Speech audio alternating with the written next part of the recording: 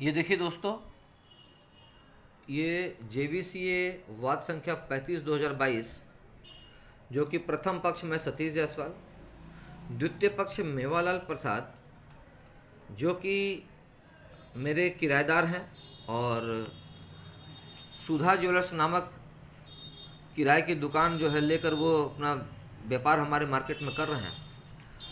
इनके विरुद्ध बकाया किराया और मकान क्षतिग्रस्त नवनिर्माण के लिए खाली करवाने हेतु अनुमंडल पदाधिकारी के न्यायालय में मुकदमा दायर करवाया था। और इस रिकॉर्ड में आप देखेंगे कि अनुमंडल पदाधिकारी ने स्वयं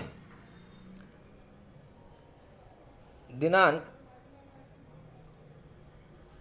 28/4/2025 को एक आदेश लिखी हैं कि आवेदक सतीश जायसवाल द्वारा इस न्यायालय में कुल 4 वाद दायर किए गए हैं, जो निम्नलिखित हैं। JBCA वाद संख्या 34/22, 35/22, 36/22 व 42/22। फिर लिखती हैं कि इन सभी वादों को संबद्ध एनालिसिस वाद मानते हुए इनकी सुनवाई वाद संख्या 34/22 के अंतर्गत की जाएगी। प्रथम पक्ष को निर्देशित किया जाता है कि वह अपने साक्षी को 5/5/2025 को प्रस्तुत करें, जिनका चीफ व क्रॉस एग्जामिनेशन सभी वाद के लिए समान रूप से मान्य होगा। द्वितीय पक्षों को क्रमशः अपने अपने संबंधित वाद में गवाह प्रस्तुत करने का निर्देश दिया जाएगा। ये स्वयं कहती हैं कि प्रथम पक्ष को 5/5/2025 को अपना साक्षी प्रस्तुत करने के लिए वो आदेश जारी करती हैं और द्वितीय पक्षों को अपने अपने वाद में गवाह प्रस्तुत करने का निर्देश दिया जाएगा। ये स्वयं अपने आदेश में लिखती हैं और यहाँ पर SDO महोदय का ऑर्डर शीट में हस्ताक्षर भी होता है। ये देखिए, ऐसे स्थिति में आप जब देखेंगे कि 5/5/2025 को जब मैडम का आदेश होता है कि प्रथम पक्ष 5/5/2025 को अपने साक्षी को प्रस्तुत करें, तो मैं 5/5/2025 को आप देखेंगे कि न्यायालय के आदेश पर गवाही हेतु हस्ताक्षर सतीश जायसवाल 5/5/2025। ये देखिए, मैं अपना गवाही के लिए अटेंडेंस दिया हूँ और मुझे सर्टिफाइड कॉपी न्यायालय के द्वारा ही उपलब्ध कराया गया है। वैसे स्थिति में आप इनके आदेश में आप देखेंगे, आप ये 28/4/2025 के बाद ये 5/5 का हमने हाजिरी दिया है, लेकिन ये 5/5 का आप अटेंडेंस शीट आप देखेंगे कहीं लिखा ही नहीं गया है।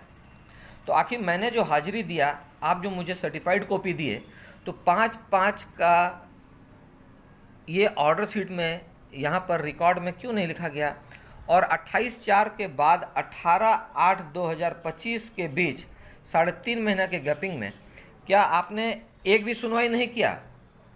और 18/8/25, फिर 1/9/25, 8/9/25, 11/9/25, 25/9/25, 6/10/25, 13/10/25, 3/11/25, 10/11/25, 17/11/25, 21/11/25, 24/11/25, 8/12/25, 22/12/25, 29/12/25, 5/1/26, 9/1/26, 27/1/26, 9/3/26, 23/3/26, 30/3/26, मैंने लगातार कंटिन्यू डेट है, सप्ते 10 दिन 15 दिन के अंदर का डेट है, लेकिन 28/4 के बाद और 18/8 के बीच का अटेंडेंस शीट कुछ लिखा ही नहीं गया है। 5/5/2025 को हमने हाजिरी दिया है, जो कि अभी मैंने दिखलाया अपने वीडियो में, लेकिन 5/5/2025 का भी अटेंडेंस हमारा यहाँ पर नहीं दर्शाया गया है। और सबसे बड़ी बात कि इन्होंने जब जब मुझे गवाही के लिए बुलाया, जैसे 9/4/24, 5/5/25, देखिए गवाही हेतु हस्ताक्षर है, गवाही हेतु हस्ताक्षर 1/9/25,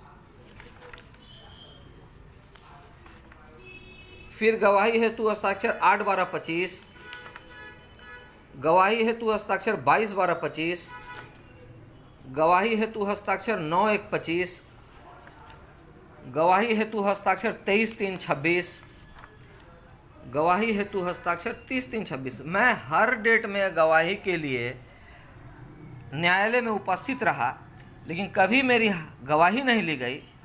और इन्होंने खुद आदेश किया था कि द्वितीय पक्षों को क्रमशः अपने अपने संबंधित वाद में गवाह प्रस्तुत करने का निर्देश दिया जाएगा।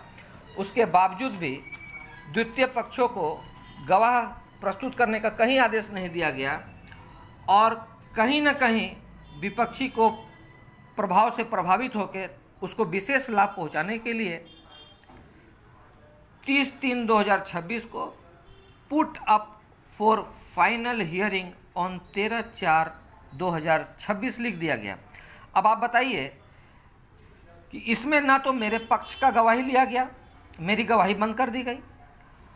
अपने आदेश के अनुसार द्वितीय पक्ष को भी गवाही के लिए निर्देश नहीं दिया गया, आदेश नहीं दिया गया, और 30/3/2026 को put up for final hearing के लिए आदेश पारित कर दिया गया। क्या यह संभव है? क्या यह कानून का उल्लंघन नहीं है? क्या अपने पद पावर का गलत इस्तेमाल करने का संकेत नहीं दिख रहा है?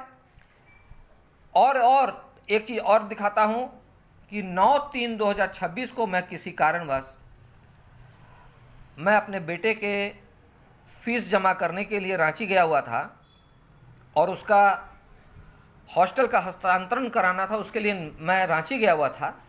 हमारे केस को विपक्षी के साथ में मिलकर बंद कर दी, गवाही को बंद कर दी।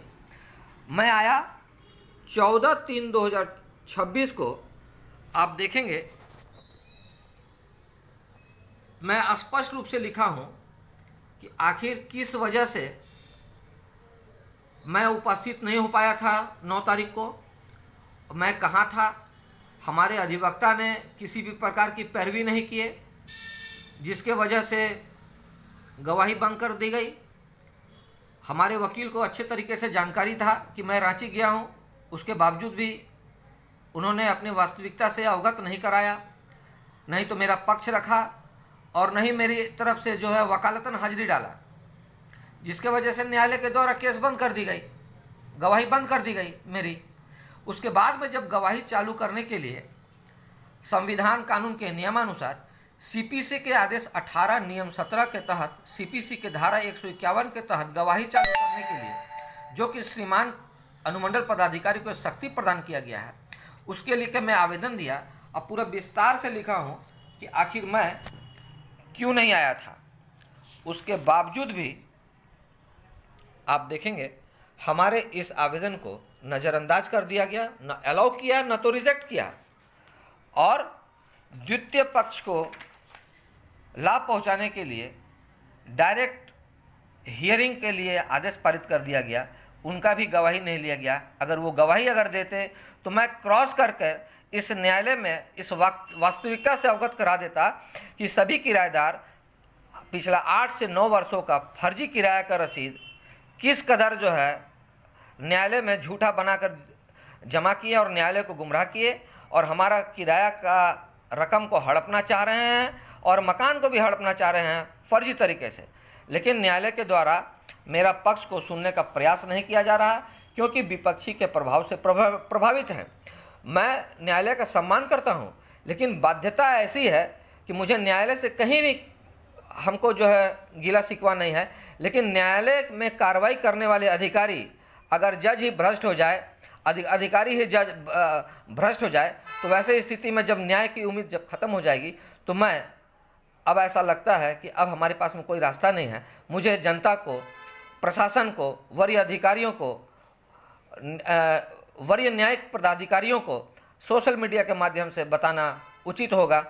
और इसी मामले को लेकर मैं दिनांक 25/5/2026 को उपायुक्त महोदय कार्यालय के समक्ष अनिश्चितकालीन भूख हड़ताल आमरण अनशन पर बैठने जा रहा हूं, और उसके बाद में जो निर्णय होगा देखा जाएगा।